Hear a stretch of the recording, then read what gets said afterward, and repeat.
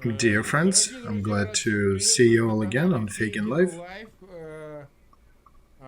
It is 9:01, Saturday, 28th of May, day 94 of this war. We're doing a stream with Olexiy Arestovych. I'm glad to see you, Olexiy. Yes, good day, good evening. There are about 100,000 watching us live, which is good. Over 20,000 of you left your likes. Please share links to that cast in your social media. If you're watching that in English, please subscribe to the privateer station and share that cast as well, because YouTube otherwise does not promote anything that we post unless you leave a like and subscribe. And of course, subscribe to Feygin Live and Olexiy Arestovych to track new publications.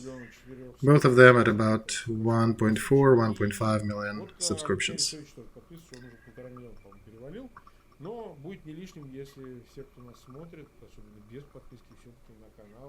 And we know that about half of you are watching us live without subscribing, so please do. That helps. Alright, let's start. Olexiy, what has happened in the last 24 hours? What is worth addressing? Okay. Kharkov, headbutting a bit north of Kharkov. The fights continue. Russian troops trying to penetrate from the border side. That's the data from 4 days ago. Not much changed. We're still headbutting with them, and they try to shoot Kharkov with their artillery once in a while. Interesting changes from Izum to Severodonetsk. Looks like Russian troops are somewhat exhausted there. Before that, they've been pushing in different directions, trying to find ways to get through. And now they're only doing it in select few directions. So, not as it was before, hammering on the whole front, now really trying to sneak here or there. And of course they still use artillery and air force, but it does not really help them. It just appears that they're somewhat exhausting themselves there. Now, regarding Severodonetsk, there was a lot of in the news that they got Hotel Mir and automobile station, bus station. But those who know the city, those two buildings are really on the outskirts of the city, right next to the forest. So you cannot even say that they're fighting within the city. They tried getting in, they got hit and pushed out. So now we're trying to figure if they left or not the area. Also, our troops yesterday ventured to Kamyshevacha, that's a bit north of Popasna, and our troops actually counterattacked and got this village back. So we'll have to see, but with a careful optimism, I can say that I wouldn't say it's a breaking point, but some signs of, or some possible cracks of Russian force starting to reveal themselves on that direction, because they're slowing down the tempo and the scale of their actions. Also, Liman on the southeast, part of Liman is being held by our troops. They announced that they captured Liman completely, and no, they didn't. We still have a portion of it.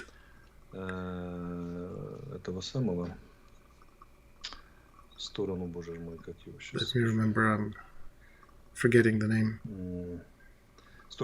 So they also trying to push a tentacle toward Raigorodok, to the old caravan.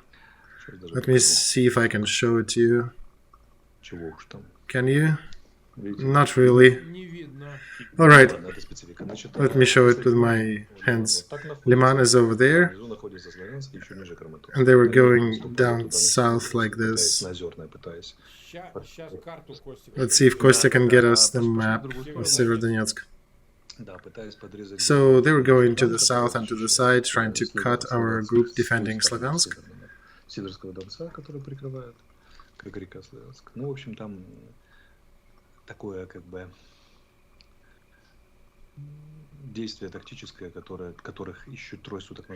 it's a somewhat tactical action that a few days ago we could count easily 10 of them and call them somewhat dangerous. Now we only have one.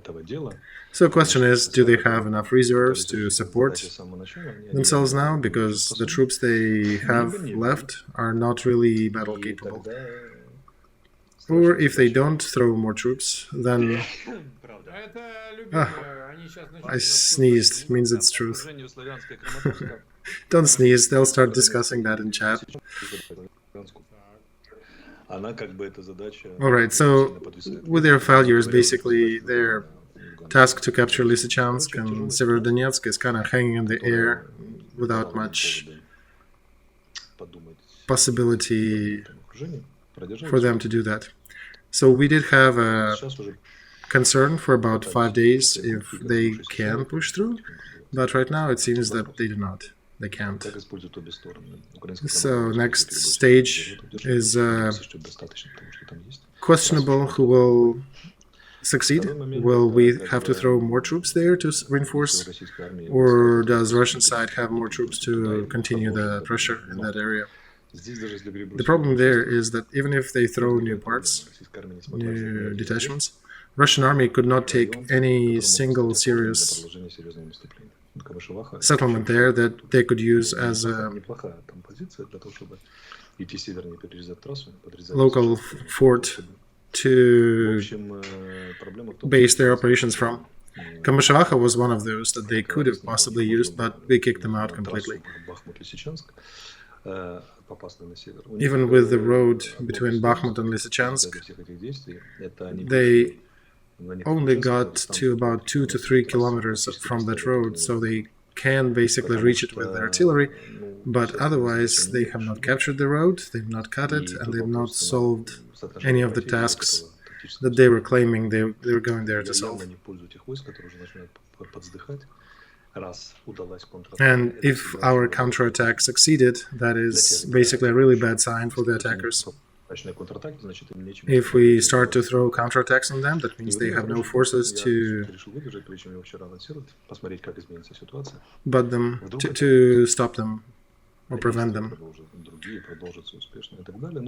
I was waiting yesterday and wanted to double check the outcome and thought maybe it's a small episode, but no, it doesn't seem like a small episode anymore. It seems like a systemic issue. So when they zoom, when they cannot attack, they like to say they're regrouping. So that's, I guess, what they're doing there now. Nothing down south, Guliapole and Zaporozhye, no success for them. But in Kherson, there are some interesting things for us. People started to talk that Ukrainian army actually is doing counteroffensive there. Well, we have our army crossed the river that goes north to south, parallel to Dnieper. So we're showing Kherson and the river. We crossed that river down south, and we are carefully planning counter-attack actions.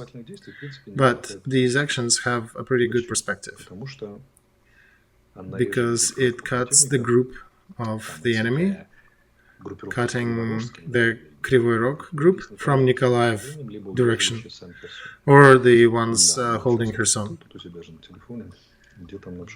Let me check with the map on my phone. We're still showing that map. So a little higher than Kherson, to the northeast. I'll show you if I can show my screen again. Or look for Belogorovka. This is the direction our army is going to. It is not a secret anymore. There are also a lot of air activity. There is aviation and anti-air force systems working on both sides. Both sides are trying to provide air cover. What happened is our troops managed to get a hold of a new area, and Russian troops withdrew, but they withdrew to a difficult position. So they're holding it for now, but it's a difficult position to provide for any future advancement and support. We'll see how that goes, but in general, we are breaking their plans and advancements, so even that is, I'll take that, that's good. So we can boast that we're going a bit of a counteroffensive, because for the previous 5 days we have done nothing like that. Near Severdonetsk and Bakhmut, we're holding a very difficult defense, and even there now we do have a chance to do counterattacks. Alright. I guess we can take the map off.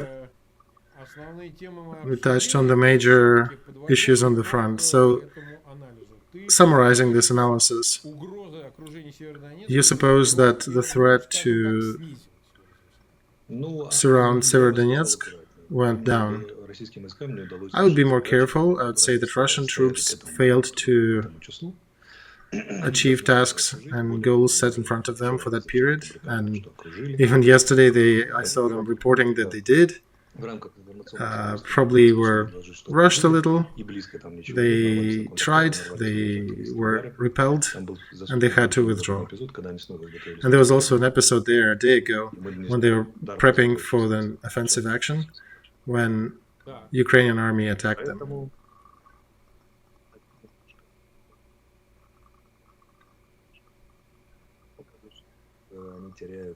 So this shows that they're losing their capabilities and forces, so they have no ability to even repel our counter actions.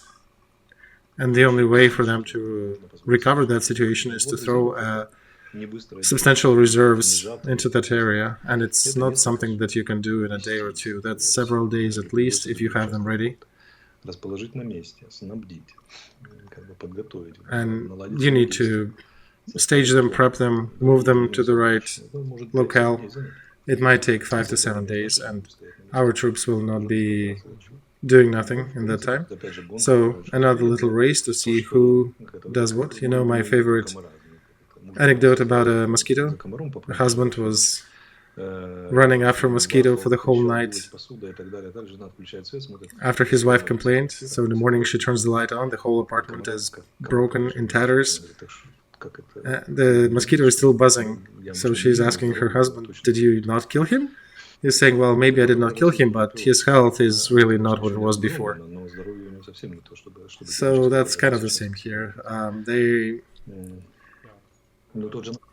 Their health is not the same anymore. They do not have enough power to surround Lysychansk, Severodonetsk. This is 3 neighborhood towns. So Lysychansk is a bit higher than Severodonetsk, and our troops are in Lysychansk. Even if they capture Severodonetsk, we can shell them substantially, so they'll lose a lot more people. And between them, there's a lot of chemical industries and factories. So if you hit something wrong, you can poison locals, you can poison your own troops and some of our troops as well. So for the battle activities, this is not the best place. There is a serious danger of chemical threat there, even in the peaceful times when factories were pushed to produce to the plan. People could see what they called the foxtails from the pipes in the sky, and some people were losing their skin as a result. So there was a lot of allergies and things. And in Severodonetsk, it was a city of scientists. Lysychansk was a city of technologists. And the third one was the city of the techs. And between all these 3, there was a bunch of technical chemical factories. So taking that area is difficult, and with the current forces they have, it's not even real. Remember how we were diminishing their pincer movements? And we got it down to tweezers. Now these are really small tweezers. And even to capture that little triangle, they need to accumulate a noticeable amount of troops, and it's weeks and weeks of fighting. Hello from Mariupol. So those troops that they have left now, they're not specialists for street fighting.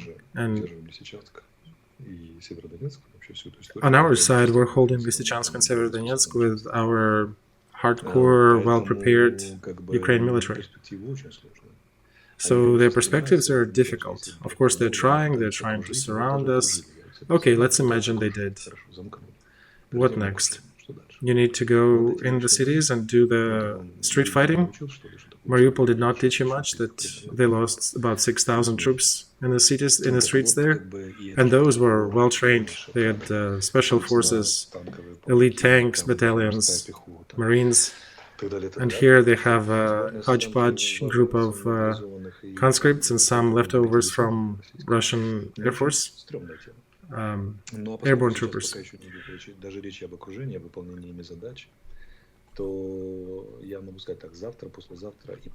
So, looking at what they're doing now, the next 3 days will probably show us the perspective, what is going to happen on this front. So, starting Monday, we'll see where it goes, and probably by Monday I'll be a little less careful in giving my judgments for the perspectives and the outcomes. But right now, there is no immediate threat to that area. There is no opportunity for them to surround Lysychansk and Severodonetsk. They got those little tweezers now, and even those are somewhat broken. So there are about 300,000 watching us now. Over 80,000 left their likes.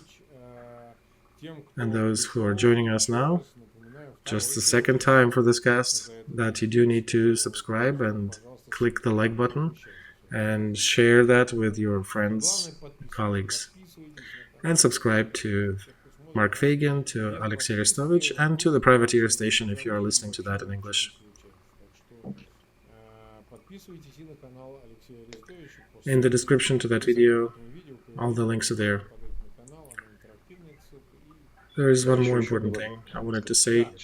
Russian troops are also hitting Sumy region. The Air Force and artillery hit some of the objects there. So this constant threat is there. There is no threat for the land operations, but there is definitely a threat for shelling. And the artillery being close to the border or a little further out is trying to hit us there. They wounded one woman, and they're trying to destroy infrastructure. They shot about 6 missiles from the airplanes and several artillery shells. And there's a bit of fighting on the border. Russian side is claiming that Ukraine attached Russian border guards. Whatever is happening there, it's definitely not a threat on land for Sumy region, but missiles and aviation and artillery is still a threat.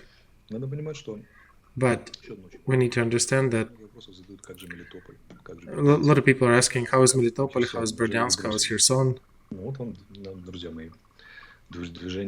This motion that we showed earlier to David's crossing is, Davidov is a sign that we're not going to abandon you there.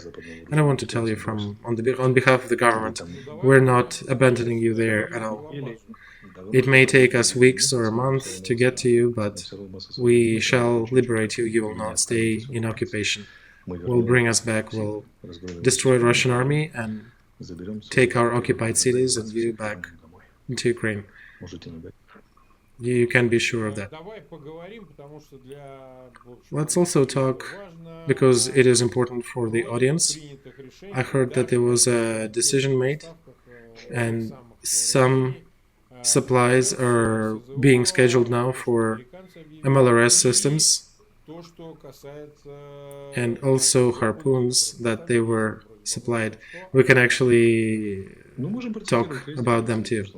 Yes, we can talk. We can quote Reznikov's statement. I heard that howitzers, we have 9 of those here in Ukraine. They're a little outdated by the most modern standards, but they're nothing worse than our acacias. So it's a good system of fire management, automatic loading. They're really solid weapons. And we got a group of self-propelled howitzers. So they'll definitely support those brigades that will get them. Second, harpoons. Reznik mentioned that information I did not have. Remember in the news they said it's just Dutch who are supporting us that. Now I also know that it's also Netherlands and Britain who are adding to that harpoon quote. So even if each of them gives only 2, that's already 6. And that pushes all the Russian ships in the Black Sea far, far away from Ukraine shores, because the ghost of Moscow cruiser is now hanging over each of them. Do you think that is related somewhat to the hunger and possible deficit of grain? And that's an attempt to affect that. So today there were interesting conversations. There was a Zelensky conversation with Boris Johnson, and French and German leaders talked to Putin. So Britain is working with partners in G7 to achieve rapid progress. They need to achieve solid supply and safe supply lines for Ukraine food to reach their demand. And you should notice that once you notice that Netherlands and Britain were traditionally seafaring countries, because they do understand that international trade depends on 70% on trade by sea. So sea safety is paramount. Also, Scholz and Macron were trying to push on Putin to stop the war, pull the troops out, and go for diplomatic negotiations with Zelensky in Ukraine in order to achieve peace on the world.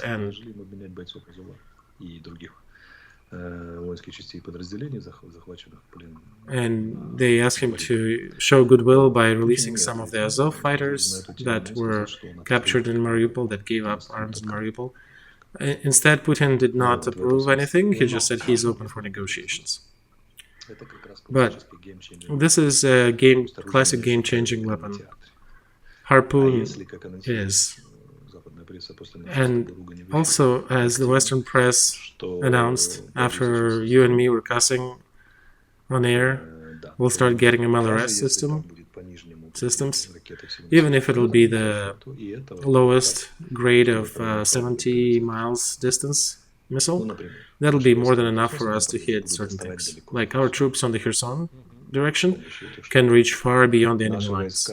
Our troops near Severodonetsk can easily cover Russian groups way beyond Severodonetsk. And one should understand another important thing. These complexes are not the usual MLRS, well, like in Russian systems where you put each rocket in each tube. It is different. You put a whole set of them, and they can be different. It could be from 70 to 200 plus miles packages, and it's much more precise. And that's probably the best the world has in this class. Definitely better than Soviet Smerch, Russian Ukraine Hurricanes, and Grads. Even if we get 20 or 30 of them here and provide them with enough ammunition, we can be pretty accurate with them. These guys will be seriously putting down all those artillery from the Russian side who've been unpunished until now and who've been shelling civilians and cities and our positions. 50, 70 miles in, that will change the whole story. After that, Russian Army's chances to continue the offensive will be diminishing in geometric proportion. Because in order to advance, you need to concentrate, and the moment you start concentrating, when you get hit by that system. Today there was an interesting note. Russian supply lines, Russian logistics prohibited drivers to make drives during the daytime because they already lost 45% of their equipment. They only allowing to do it at night. They cannot even evacuate people in the daytime. So that limits them drastically. And if you look at the whole map, the Russian army keeps active movement only in the parts that are under 100 kilometers from their staging locales or border. And that's what we discussed before. If there is a 60-kilometer distance for logistics, the car can go 3 times a day to supply. If it's 90, it's 2 trips. If it's 120, it's 1 trip. On 2 trips, you can maybe questionably try to advance a little bit, mostly just hold, and on 1 you can barely hold. So distance and logistic supply lines do matter quite a bit. So that story with American MLRS systems, doesn't matter if they're wheel-based or track-based, like HIMARS, they will be reaching railroads where Russia is unloading those tanks, T-62s, the old ones they're bringing to Ukraine. And now mixed with harpoons, that actually changes the whole front dynamics. And we don't even have tanks or armored vehicles and more things. We're also getting howitzers, not just those.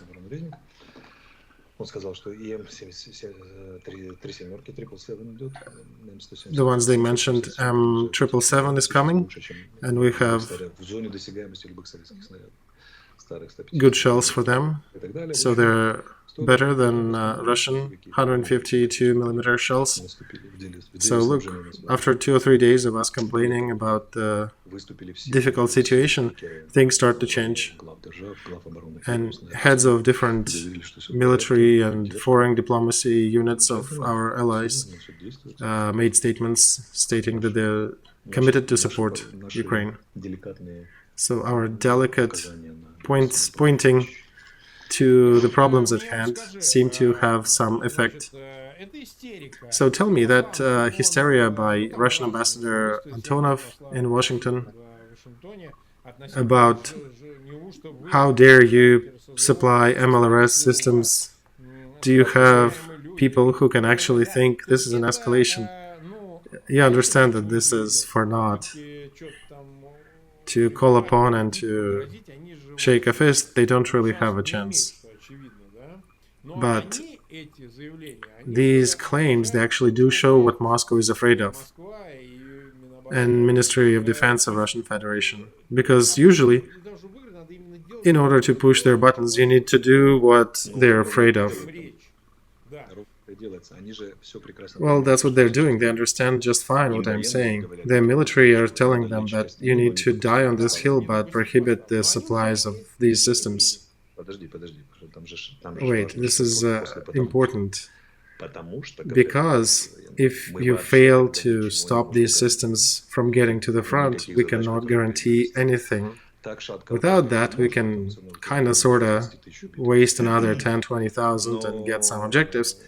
But if they get these systems, we will have no control over achieving their tasks. Now, Ukraine today quoted that Russia has lost 30,000 troops. I'm not a fan of body count, but and again, they're enemies, but they're still humans. But one has to understand that real losses are much bigger. At least it would be 35, 37, and that's just military, contractors, and conscripts. If you add DNR and LNR conscripts, that adds another 20,000 easily. So, with the current situation of weapons, they can at least say that we'll put another 20 battalions on the field, grind them to the bone, but we'll get those regions that we wanted to get. But if these weapons arrive, those battalions would die in vain. They wouldn't even get to the front line of the front. So that just puts a big, thick cross on their operation. So I want our message to be clear to the relatives of those potential conscripts in Russia. That appearance of that equipment on our front, do you understand that your people will be dying times more? And if we compare, can you say like where one dies, there'll be three dying?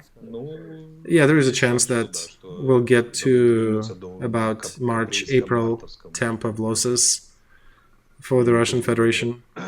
Back then they were losing about 1,000 troops a day. Now they're losing about 200, 300 a day. And they will, once these systems get here, there'll probably be 400 to 600 people dying daily on their side trying to attack us.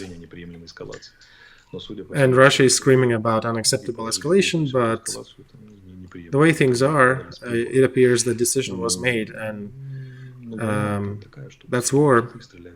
You shoot some, you get shot some. It's not just, clay shooting at defenseless Ukrainians, as they were hoping for. Also, another thing, a lot of this equipment is being sent by ocean. They're going through the Atlantic, it's, a couple of weeks, but now these ships are being unloaded in Europe, and you can bring much more than on the plane as before. Airplane, those were the emergency supplies. And now there are systemic supplies, so it hopefully will be a different story. And we'll see if they take that next set of sanctions, 31st, minus Hungary. That might affect Russian budget noticeably. That is funding and fueling that war. And also what we'll see on the 15th and 16th of June when Reznikov will go to Ramstein to meet with NATO and allies. So after that date, I hope the situation will start changing rapidly in our favor. That's why Russia is probably hoping to achieve some results until those days, because after them, it'll be much harder to achieve anything. So by 15th, 18th, 20th of June, situation we hope to see changing much against the Russian Federation. It will not happen immediately overnight, but there'll be decisions made, we hope, that will be laying the ground for their defeat here. So, when we discussed before, arms is important, but not the most important factor. They only work together with other factors. In order to provide for counteroffensive, you need heavy armaments, you need artillery, you need other things. And you need to concentrate them in the right positions to do that. And now, looking at what is being sent, we can say that weapons do mean a lot in the next stage of war. Well, they do play a big role, but the main role is Ukraine, people willing to fight. The secondary goal of the secondary factor is the rate of supply of equipment that America and allies are starting to ramp up. Whatever we're getting now will actually help us to hold it and will cancel any attempts by Russia to be successful in their advancements. They'll make them futile. They will not give us a chance to counterattack much, but at least they will be, or create a strategic counteroffensive, but they will definitely stop Russia in its tracks.